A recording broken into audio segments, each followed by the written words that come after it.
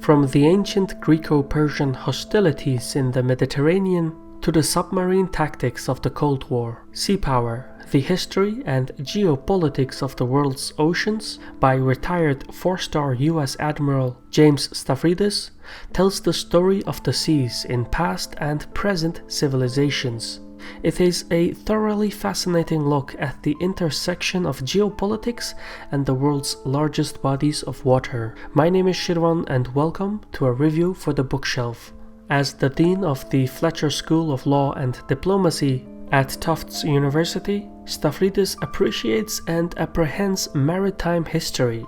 Yet, equally important, as a retired naval officer with 37 years in uniform experience, the author is also a first-hand source of knowledge. There are only a few places the Admiral has not sailed in his decades-long afloat background. His naval and academic credentials make Stavridis uniquely qualified to explore geopolitical issues in the context of maritime power. In Sea Power, the retired admiral blends his personal stories within the content. This keeps the narrative at a conversational level, and it gives the impression that one is going over the journal of a seasoned sailor who has seen his share of events over the decades.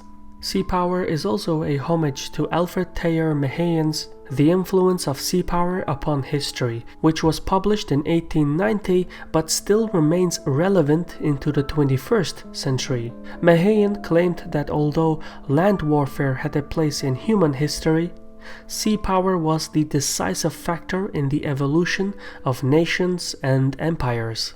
In modern times, however, with surveillance satellites, military drones, and cyber capabilities, it can be tempting to underestimate the necessity of blue water navies.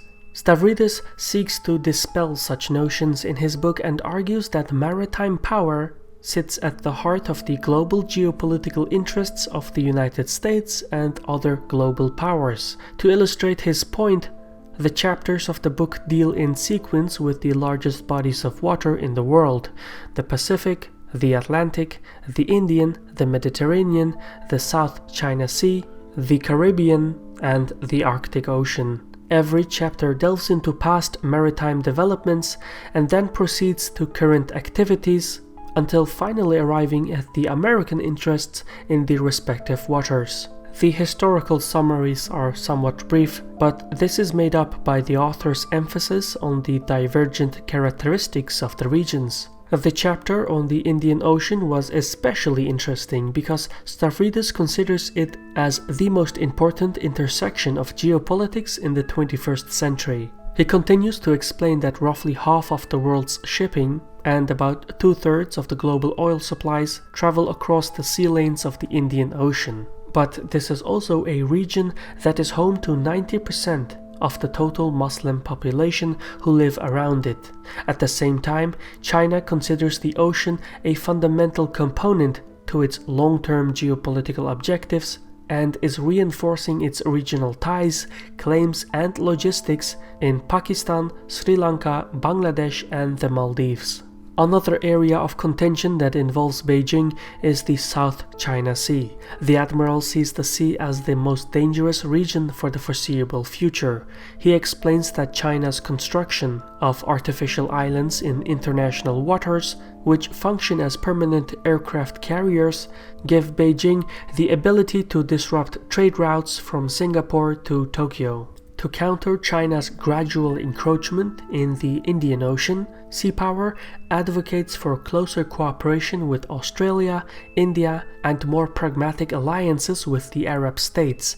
Meanwhile, to safeguard Washington's interests in the South China Sea, the author suggests for the United States to insist on its rights to operate in international waters, while it develops closer relations with Japan, South Korea, Taiwan, the Philippines, Indonesia, and Vietnam. Stavridis also believes that the Trans-Pacific Partnership is America's best measure to counter China's growing influence in the region.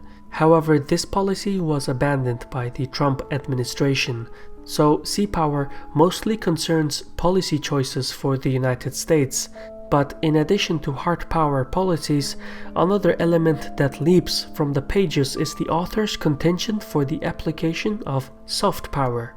Based on his experience, Stavridis supervised various humanitarian missions, and he makes a solid case that such actions make real differences in the world as they alter the reputation of the United States for the better. For instance, in Sea Power, the author argues for Washington to ratify the Law of the Sea Convention, which is ironically not recognized by the world's leading maritime power. The author also supports the work of the Arctic Council in addressing the issues faced by the governments in the Arctic Ocean. What's more is that as the NATO Supreme Allied Commander in Europe, Stavridis led a multinational effort to combat piracy off the coast of Somalia. This measure included nations such as Russia, China, and even Iran. The book also suggests converting the US naval base at Guantanamo into a hub for humanitarian relief purposes to aid the people in the Caribbean region. These are all innovative and strong arguments that would help to normalize relations and reinforce the long-term security interests of Washington without the need of brute force. So Admiral Stavridis is neither a pacifist nor a warmonger, but a well-informed and experienced official who acknowledges that Washington is not the only nation with legitimate geopolitical interests. However, considering the present political climate, it is unlikely that even the most modest suggestion by the author will be implemented. Yet, regardless of the politics, Sea Power provides unique insight into the mindset of the US Navy. This is a book that you want to take the time for it. My only feedback is that sometimes the author states the obvious or mentions unnecessary information.